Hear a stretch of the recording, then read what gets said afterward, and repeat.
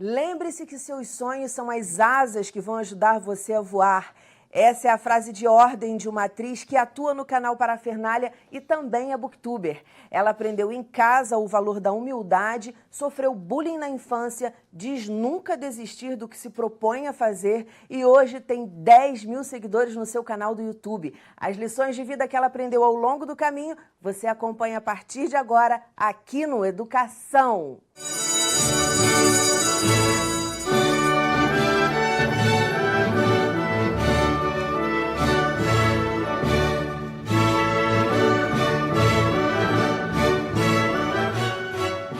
Minha convidada é a atriz e booktuber Belly Rendes, que tem 22 anos de idade. Muito bem-vinda, Belly. Muito obrigada. Primeira pergunta que eu vou te fazer. Você diz que aprendeu a humildade, a lição de humildade em casa. Como é que foi isso?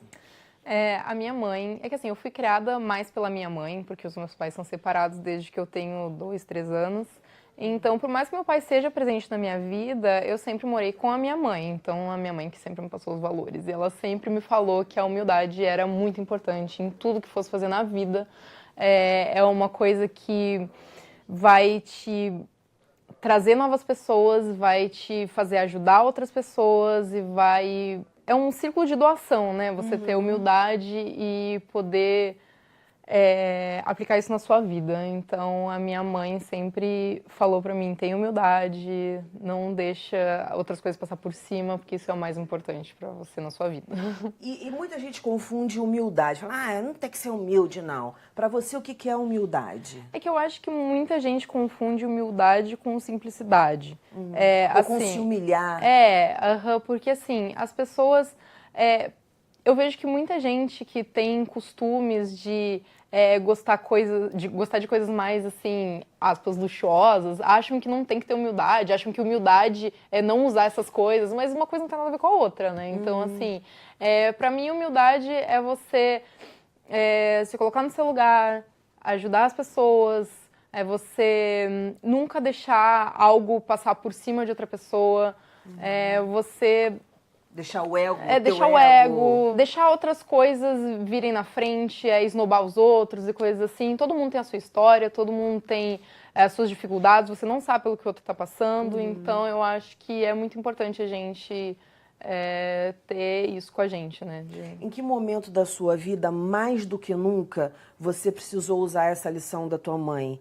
De lembrar do que ela disse, de aplicar a humildade? Assim, eu acredito que na minha vida de atriz mais do que nessa coisa de booktube, até porque o booktube é um mundo muito novo ainda, na minha vida, né? Porque eu sou atriz desde que eu tenho 8 anos, então é uma coisa que vem comigo desde nova. Eu já tive que aguentar muita coisa de diretor, muita coisa de professor, de cursos, colegas, porque, infelizmente, a atuação é um ambiente tóxico, assim. Então, muitas pessoas querem puxar a perna das outras, não tem humildade. Então, assim, nesses momentos eu parava, pensava e ficava, não. Foco, pé no chão, tem que ter humildade, tem que aguentar isso, tudo bem, vai passar, e sabe? Tipo, né? Vou agora me concentrar e não aquela coisa, você me pisou, deixa aqui que eu também vou te pisar e vamos ver quem é que ganha. Pois é. Bacana. Você falou que sofreu bullying na infância e aí você fala no teu canal o negócio da sobrancelha, que até hoje não pode nascer um fiozinho que você vai lá e puxa.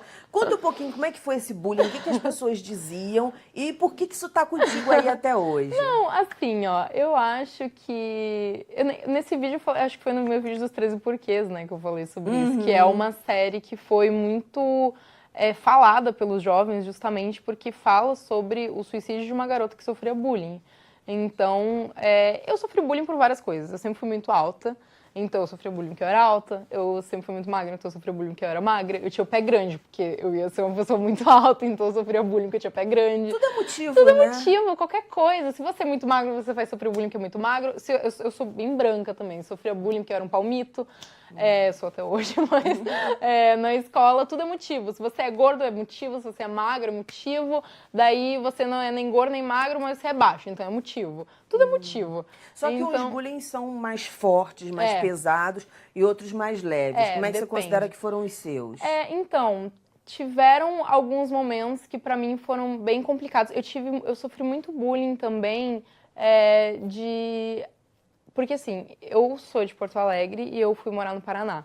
Em alguns momentos eu sofri bullying de sotaque. No começo, na verdade, não. No começo todo mundo falava que era muito legal. Mas quando já tava um ano, mais ou menos, lá, eu sofri um pouco de bullying de sotaque.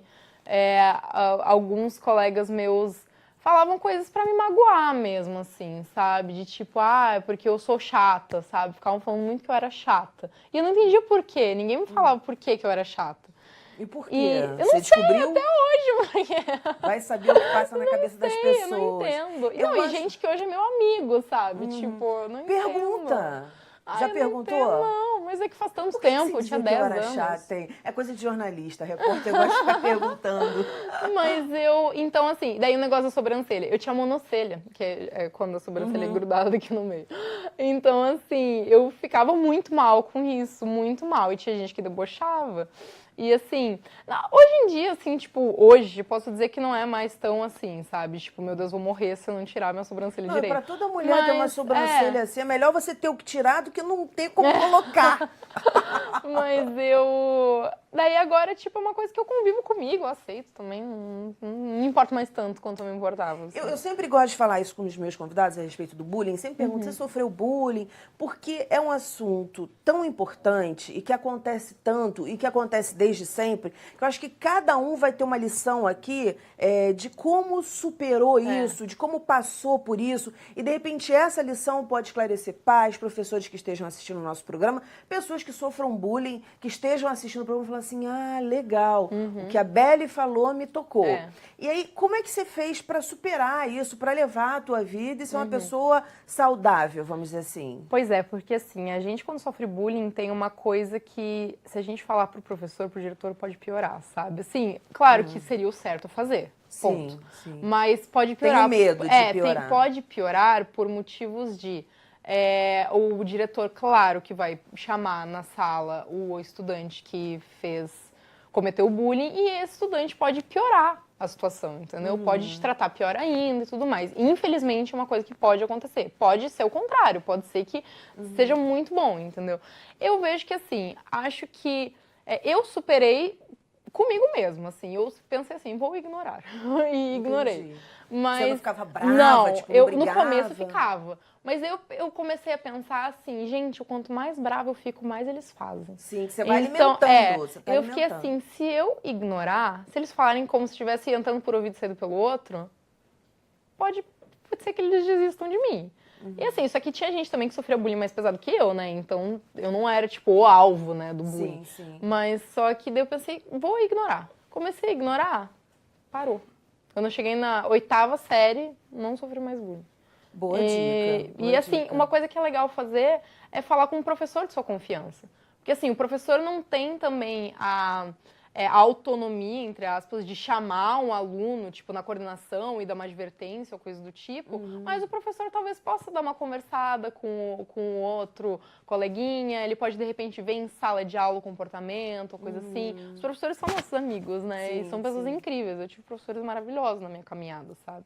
Então, eu acho que um professor que você sinta mais confiança, talvez ele consiga te dar algum conselho, alguma coisa. O que tem que ter um professor para você dizer que ele é incrível? Para a Belle dizer, esse Ai, professor é meu Deus. incrível. Não esqueço dele.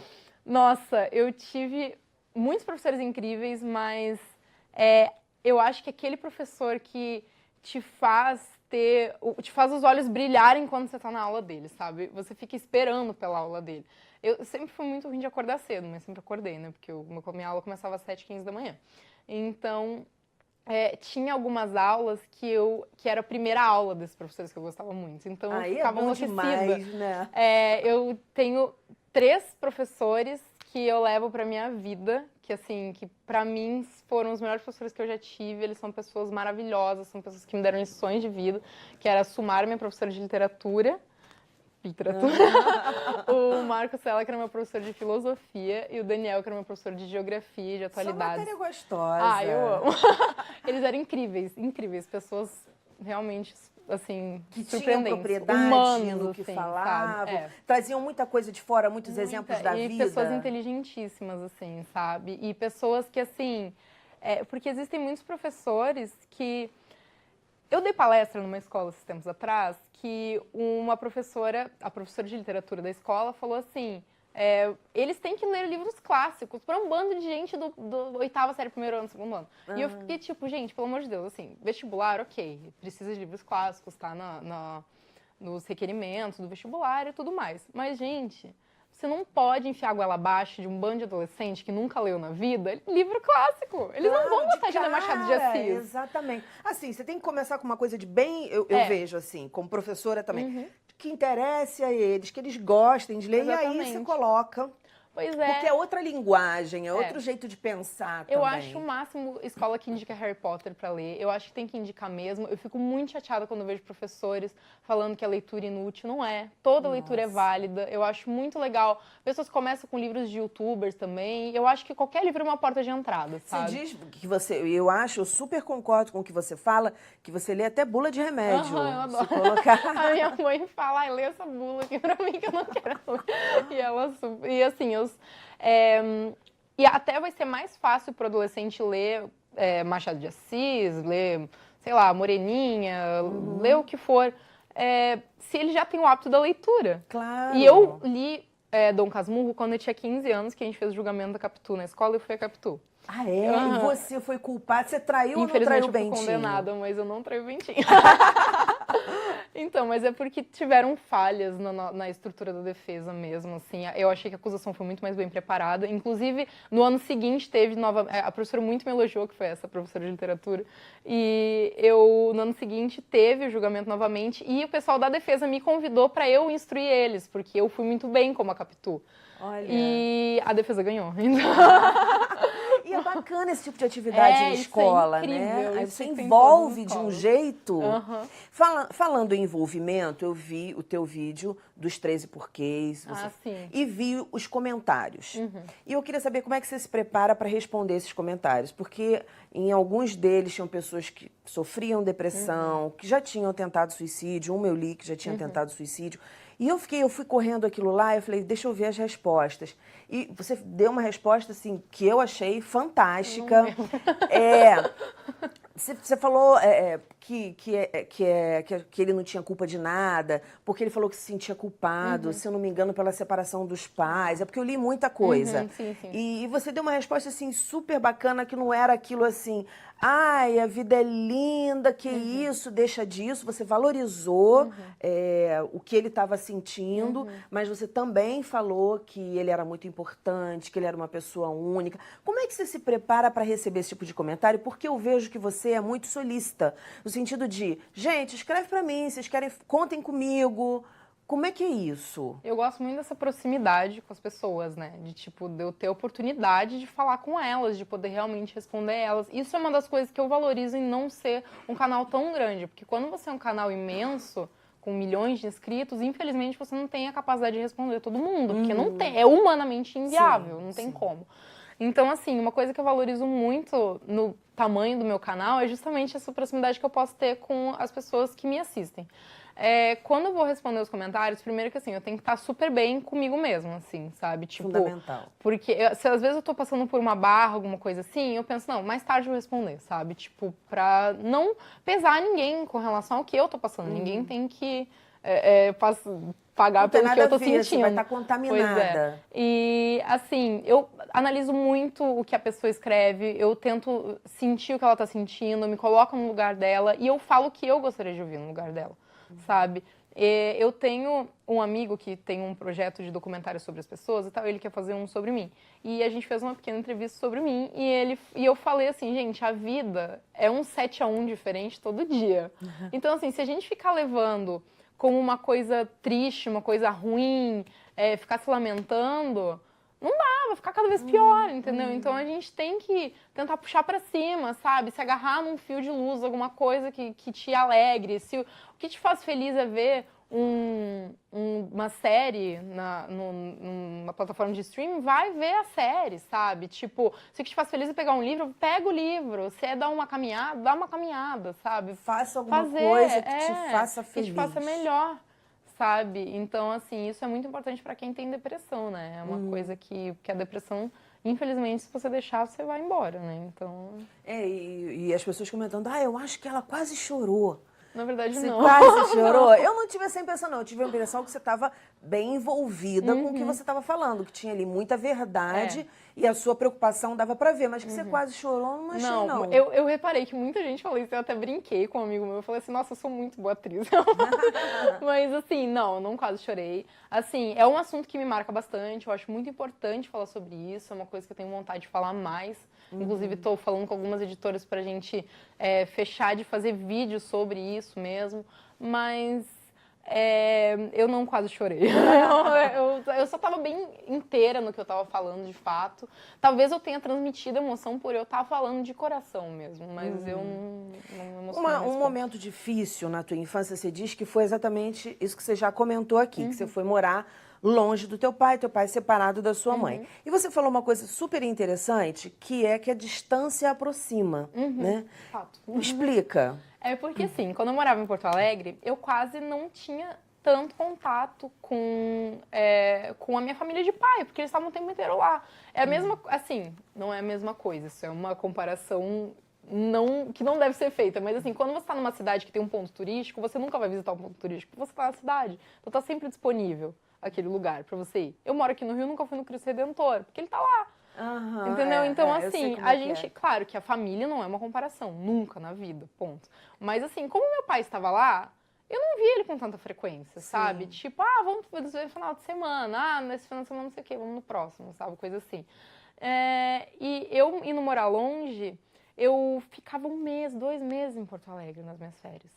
Então, tipo, eu fiquei muito tempo com meu pai, com a minha cada irmã, segundinho. e ficava o tempo inteiro juntos, criava um laço, eu sentia muita falta quando eu voltava pra casa. Então, assim, senti muito, assim, que aproximou muito quando eu me mudei pro Paraná. E até hoje, assim, hoje eu tô tendo menos tempo pra ficar em Porto Alegre, mas eu sinto que fez muita diferença na minha proximidade com a família. Eu queria falar tanta coisa com você, mas o papo é tão gostoso e a gente já chegou no final.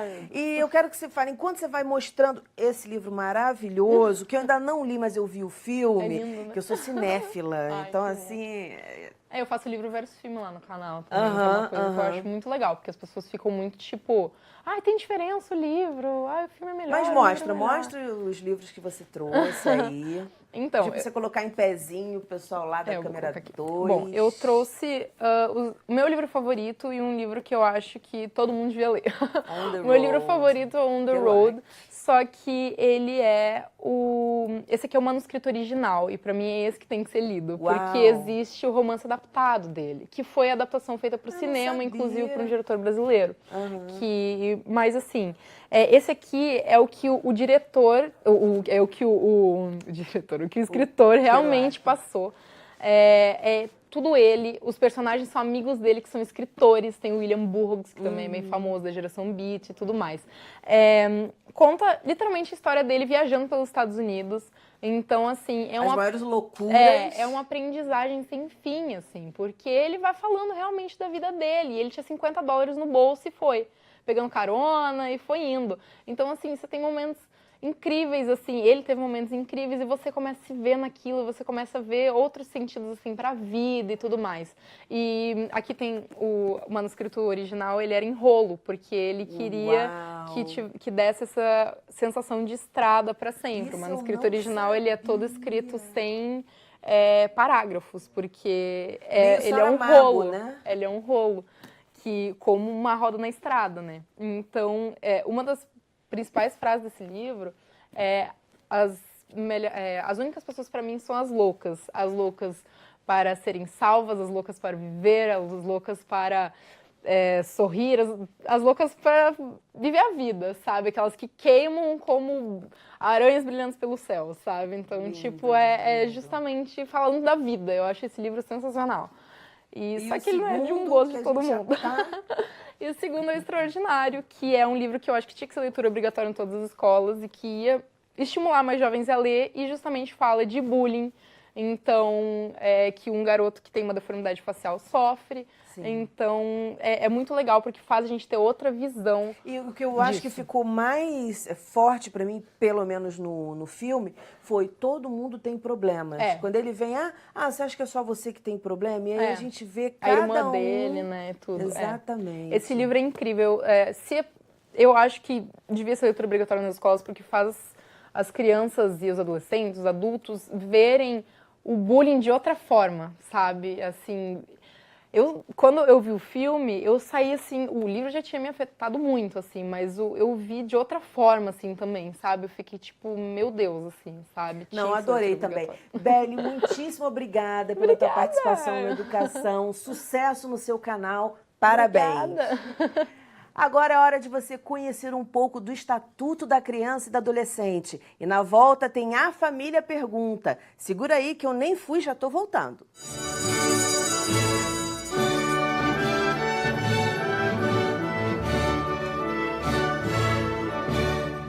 Nós estamos no momento A Família Pergunta. Aqui, responsáveis por crianças e adolescentes vão poder tirar suas dúvidas com especialistas.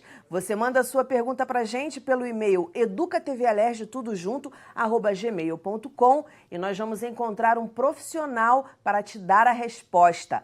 Hoje, quem pergunta é Sara Lustosa, farmacêutica, mãe da Renata, de 5 anos, e do Rafael, de 3 anos. E quem responde é Cíntia Monique, psicóloga com especialização em terapia cognitivo-comportamental.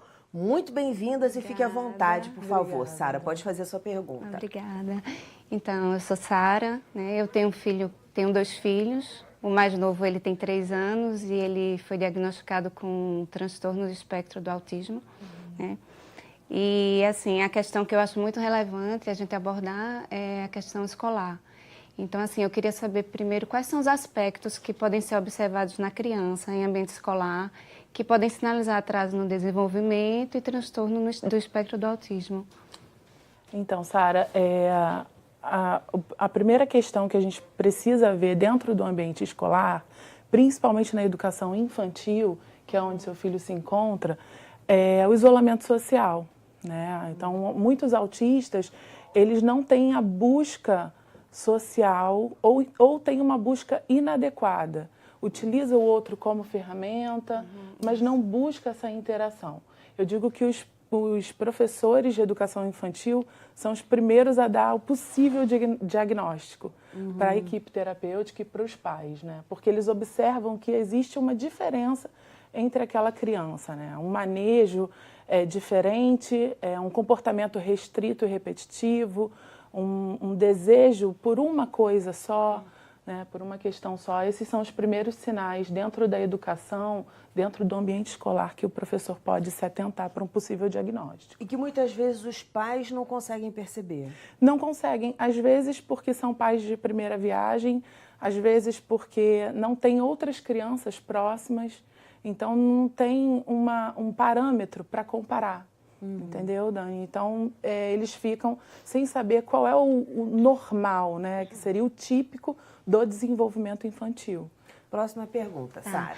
E, assim, terapeuticamente falando, qual a importância dessa relação escola-pais no desenvolvimento dessa criança? É muito importante, né? Primeiro, a escola é um local de acolhimento. Quando você coloca o seu filho dentro de uma escola, você busca que essa escola conheça o seu filho, né? Faça uma entrevista, entenda as peculiaridades do seu filho. E com uma criança autista não é diferente, né? Por mais que essa criança vá com ou sem diagnóstico, é muito importante que a escola conheça, porque o autista, embora ele tenha um critério diagnóstico, ele siga um critério diagnóstico no DSM-5, né? Ele não é só aquilo, ele é um sujeito. Então, ele tem as suas questões subjetivas e a escola precisa saber isso, é de suma importância. Então, é de suma importância a escolha dessa escola. Muito, Dani, muito. E é uma dificuldade para os pais, tá? A realidade hoje em dia que é uma dificuldade. A escola... O que você aconselha, uma dica para escolher uma escola bacana? Primeiro é saber se essa escola tem esse acolhimento, né? Se ela investe nos profissionais, capacita para a saúde mental, porque hoje a gente vê que os profissionais na escola, eles têm uma dificuldade em entender a saúde mental, porque não está na grade da faculdade, enfim. Então, o que eu aconselho é ver se realmente essa inclusão está sendo efetiva. Geralmente, os terapeutas, eles conhecem as escolas, porque o terapeuta infantil, ele vai à escola. Não existe um trabalho terapêutico que você faça sozinho. Você precisa ir à escola, orientar essa escola. Então, geralmente, eu oriento os pais a procurarem os terapeutas e os terapeutas indicam uma escola. Última perguntinha, a gente tem um minutinho aí. Tá bom. Então, como as crianças são curiosas, né? Então, como conversar com os coleguinhas de turma, da escola, sobre o coleguinha autista, sobre as particularidades daquela criança? Sim. Sara, as crianças são curiosas, mas não são preconceituosas. Isso. Nós, adultos, é que implantamos o preconceito nas crianças. Então, elas são curiosas e a curiosidade é boa para a gente fazer uma psicoeducação. Eu tive várias experiências de conversar com um grupo de crianças sobre o diagnóstico, psicoeducar aquelas crianças e elas acolherem o autista de uma forma fantástica. Quando você psicoeduca aquelas crianças, você tem mediadores naturais. Olha, então, a criança naturalmente, ela vira aquele par daquela... Ela tem um cuidado maior. E aí a escola começa a mostrar que aquele autista precisa de um cuidado, mas que ele também tem suas potencialidades e que ele também pode ajudar essa criança, essas outras crianças em alguma coisa. Maravilha.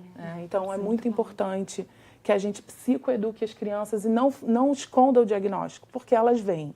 Ótimo, perfeito. Muito obrigada, Sara, pela sua presença aqui. Muito obrigada, Cíntia. Parabéns pelo trabalho. Obrigada, Sara. Obrigada. O nosso programa fica por aqui. Na segunda-feira que vem tem muito mais às 9h da noite. Educação, se você não se envolver, não rola. Dias felizes, paz do eu e até lá.